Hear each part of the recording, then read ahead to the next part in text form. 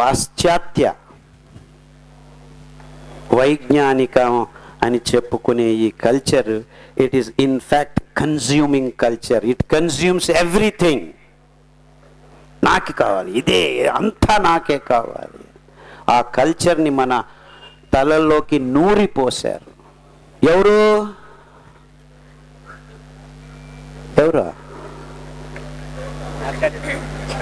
ప్రకటనలు. కాంప్లాన్ తాగించండి, మీ అమ్మాయి 4 పట్లు పెరుగుతుంది. 4 రోజులు కక్కస్ రాదు అమ్మాయికి, అంతే.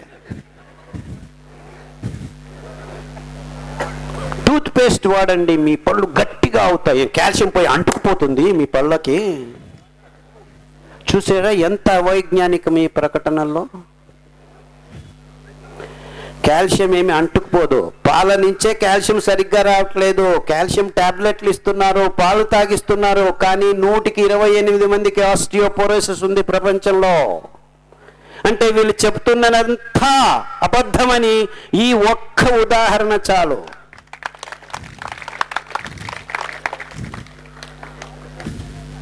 కాల్షియం పాల నుంచి మీ దేహంలోకి వెళ్ళట్లేదు, కాల్షియం టాబ్లెట్ నుంచి మీ దేహంలోకి వెళ్ళట్లేదు. ఒక్క నువ్వుల లడ్డు వారానికి ఒకసారి తినండి, గట్టిగా నెట్టిగా నించుంటారు. ఎందుకంటే నా దగ్గరికి ఒక ఆవిడ రక్తం క్యాన్సర్ అని వచ్చింది. వారం రక్తం కడుతున్నారు. 38 సంవత్సరాలు ఆవిడ. ఎంతవరకు అయిందంటే 3 సంవత్సరాల నుంచి చేస్తున్నారు. చివరికి బోన్స్ గిన్స్ అయిపోయి ఇలా వంగిపోయింది ముసలివాళ్ళలాగా. అక్కడే ఇంట్లోనే కూర్చోబెట్టేసి రక్తం ఇస్తారు వారం. ఎక్కడి నుంచో కాదు, కాకినాడ దగ్గర నుంచి. నేను చెప్పిన లెక్చర్స్ విని వాళ్ళు వారానికి ఒకసారి నువ్వుల లడ్డు ఇప్పించి పారిజాత ఆకు, జామాకు, రావి ఆకు, మధ్యాహ్నం పూట బొప్పాయి ఆకు, ఇలా కషాయాలను తాపించి 3 నెలల్లో ఆవిడ రక్తం విరిగి తక్కువ కావటం, పూర్తిగా దేహం నుంచి పారిపోవటం ఒకవైపు అయితే, టక్కని లేచి ముందుగా 38 ఎంత ఉండాలో అంత ఎత్తు తయారైంది ఆవిడ. అంటే ఆ బోన్ కావాల్సిన కాల్షియం నిజంగా మీకు మీ దేహంలోకి సరిగ్గా సంగ్రహింపబడాలంటే నిజమైన ఆహార పదార్థాల నుంచే మీ దేహం సరిగ్గా తీసుకుంటుంది. నువ్వుల్లో మీకు 1 లీటరు పాలల్లో దొరకాల్సిన కాల్షియము 100 గ్రాముల్లో దొరుకుతుంది. ఏ డాక్టర్ అయినా మీకు కాల్షియం తక్కువ అయిందంటే నువ్వుల లడ్డు తిను అని చెప్పారా? చెప్పరు. ఎందుకంటే వాళ్ళు టాబ్లెట్లను అమ్మాలి. $1 బిలియన్ బిజినెస్ ఇది. సప్లిమెంట్స్ అమ్మేది. ఈ విటమిన్ కావాలి, ఆ విటమిన్ కావాలి, ఇది తీసుకో, అది తీసుకో. ఈ విటమిన్ B12 మీకు రానే రాదు, మాంసాహారులకు మాత్రమే దొరుకుతుంది. కానీ ప్రపంచమంతా మాంసం తింటుంది ఇప్పుడు. అయినా విటమిన్ B12 ఎందుకు తక్కువ అవుతుంది?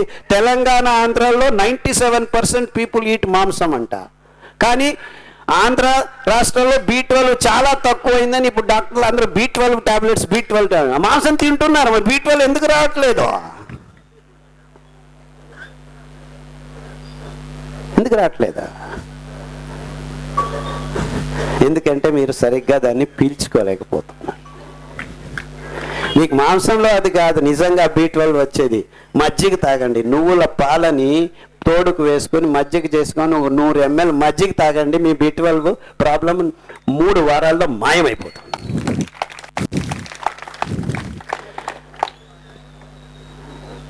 విటమిన్ D చాలా తక్కువైపోయింది. ఎందుకంటే ప్రజలందరూ ఎండల్లో తిరగట్లేదు. సాఫ్ట్వేర్ వాళ్ళు పొద్దున 6 గంటలకు పోయి రాత్రి 12 గంటల వరకు కార్లల్లోనూ ఏసీ రూముల్లో ఉంటున్నారు. విటమిన్ డి లేదు తీసుకోండి టాబ్లెట్, ఇంజక్షన్. 1 గంట బయటికి పోయి ముంచోరా అని కంపెనీలు చెప్పచ్చు కదా. ఎండలో కష్టాలు చేయాల్సి ఊరికి ఎండలో నించుంటే చాలా. అలాగా ఇప్పుడు 15 నిమిషాలు నించున్నారు, అందరికీ విటమిన్ డి వచ్చేసింది. వారానికి ఒకసారి చూస్తే చాలు. ఇంతే చెప్పాల్సింది డాక్టర్లు. చెప్పరు. పోనీలే ఎండలో నించోవద్దు, పుట్టగొడుగులు ఉన్నాయి.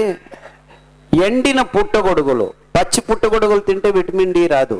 పుట్టగొడుగులను ఎండబెట్టుకొని వారానికి ఒకసారి ఒక పిడికెడు మళ్ళా నీళ్ళల్లో నానబెట్టి ఆ నీళ్ళను పారవేయకుండా ఏదో కర్రీ చేసుకొని తినండి. జొన్న రొట్టెతోనో కొర్రల రొట్టెతోనో విటమిన్ డి మీకు నిండుగా వచ్చేస్తుంది. ఇది చెప్పచ్చు కదా, చెప్పరు. ఎందుకంటే అనాది కాలం నుంచి ఉత్తర ధ్రువం దగ్గర ఉన్న చాలా దేశాలు సూర్యుడు 4 నెలలు వాళ్ళకు రానే రాడు. కానీ వాళ్ళకి ఈ ప్రాబ్లం లేనే లేదు. ఎందుకంటే ఎండ వచ్చినప్పుడు వాళ్ళు పుట్టగొడుగులను ఎండబెట్టుకొని హ్యాపీగా ఆ సూర్యుడు లేని నెలల్లో వారానికి 2 సార్లు తింటారు, గట్టిగా ఉన్నారు, ఒక్కరు ఇలా వంగిపోలేదు. కానీ మన తెలంగాణ ఆంధ్రాలో చాలామంది ఇలా వంగిపోయారు. మనకు ఎండ ఉంది, పుట్టగొడుగులు ఉన్నాయి, కాల్షియం టాబ్లెట్లు తీసుకుంటున్నాము, మాంసము తింటున్నాము. నేను ఎందుకు ఇలా వ్యంగ్యంగా చెప్తున్నానంటే వాళ్ళని వ్యంగ్యం చేయాలని కాదు, వాళ్ళు చెప్తున్నవి నిజం కావు అని చెప్పేదానికి చెప్తున్నాను. మనం వాటిని గమనించట్లేదు అని చెప్తున్నాను. అంటే మీరు డాక్టర్ల చుట్టూ తిరుగుతూ ఉంటే మీకు టాబ్లెట్లు ఆపరేషన్లు తప్పవు. ఇంతకంటే ఏమీ జరగదు, గ్యారెంటీ.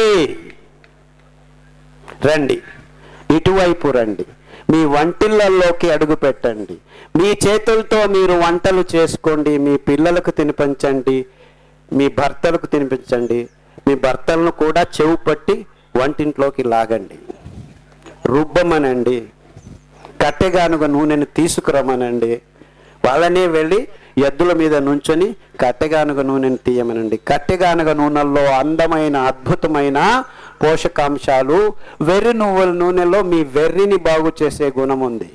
బుద్ధిమాంద్య పిల్లలకి వెర్రి నువ్వుల నూనె, కొబ్బరి నూనె ఉదయం 3 చెంచాలు, ఎక్కువ అవసరం లేదు, పడిగడుపున తాపండి.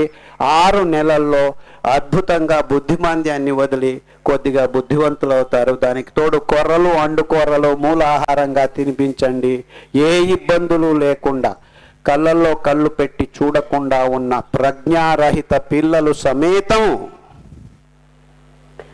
కొద్దిగా మెరుగవుతూ మెల్లిమెల్లిగా 4-5 సంవత్సరాల్లో వాళ్ళ పనులు వాళ్ళు చేసుకున్నట్టు చేసిన ఘనత ఈ సిరిధాన్యాలది, ఆ వెర్రి నువ్వుల నూనెది అని చెప్పేదానికి నాకు చాలా చాలా సంతోషంగా ఉంది.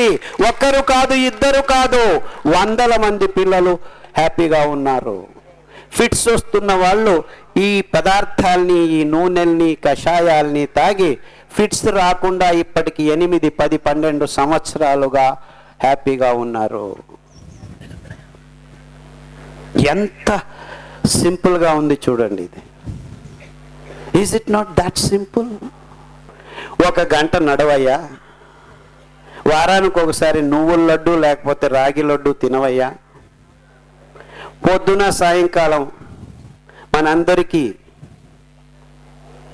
శక్తినిచ్చే ఆ సూర్యుని 10 నిమిషాలు 15 నిమిషాలు ఆ సమయంలో ఆయన లేచేటప్పుడు మునిగేటప్పుడు ఆ దేవుణ్ణి ఒక 15 నిమిషాలు ధ్యానం చేయి. మేము దేవుని నమ్మమని ధ్యానం చేయి, పర్వాలేదు అని చెప్పాను.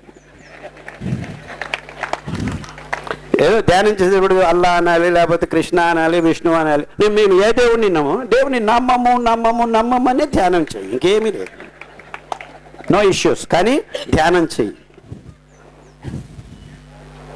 సిరిధాన్యాలు తిను, కషాయాలు తాగు, ఇంతే. ఎంత అయింది? 3 నిమిషాలు చెప్పాను. మధ్యలో మళ్ళీ డీవియేషన్, నేను మళ్ళీ ఆ డ్రామా అవుతుంది, పక్కకు పెట్టేయచ్చు. Takes only 45 seconds and life is so simple. It is very simple now. ఇంతవరకు మనకు దారి లేదు, పర్యాయం కనిపించలేదు, ఇప్పుడు కనిపించింది. ఎంతవరకు కనిపించిందంటే మొత్తం ప్రపంచానికే మనము ఈ అద్భుతమైన ఆరోగ్య రహదారిని పరిచి, రండి మీరు చేయాల్సింది ఇంతే, ఈ దారిలో నడవండి అని చెప్పేంత వరకు గడిచిన 15 సంవత్సరాల్లో మా అనుభవంలో ఎంతో మంది ఆరోగ్యం వైపు నడుస్తున్నారు. మీరందరూ నడవండి.